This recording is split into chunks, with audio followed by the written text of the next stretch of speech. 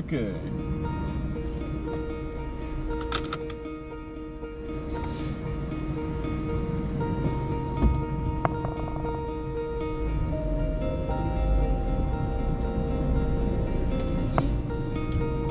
Getting away from the creepy truck driver. This is the busiest stop I think I've seen in a long time.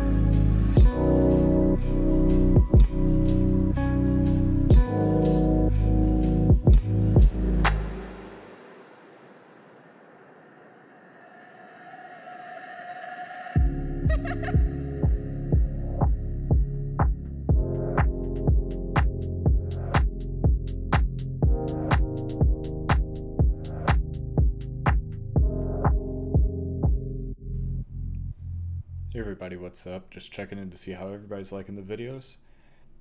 As you can see, I've kind of been exploring with how I want to do the driving videos, whether I do it like I did with Switzerland, which was kind of like a chop out the highlights and put them on, or the way I did it with this one, which is really speed up the areas where we're just kind of in between towns and then slow down whenever we go through a town or something that's nice to see.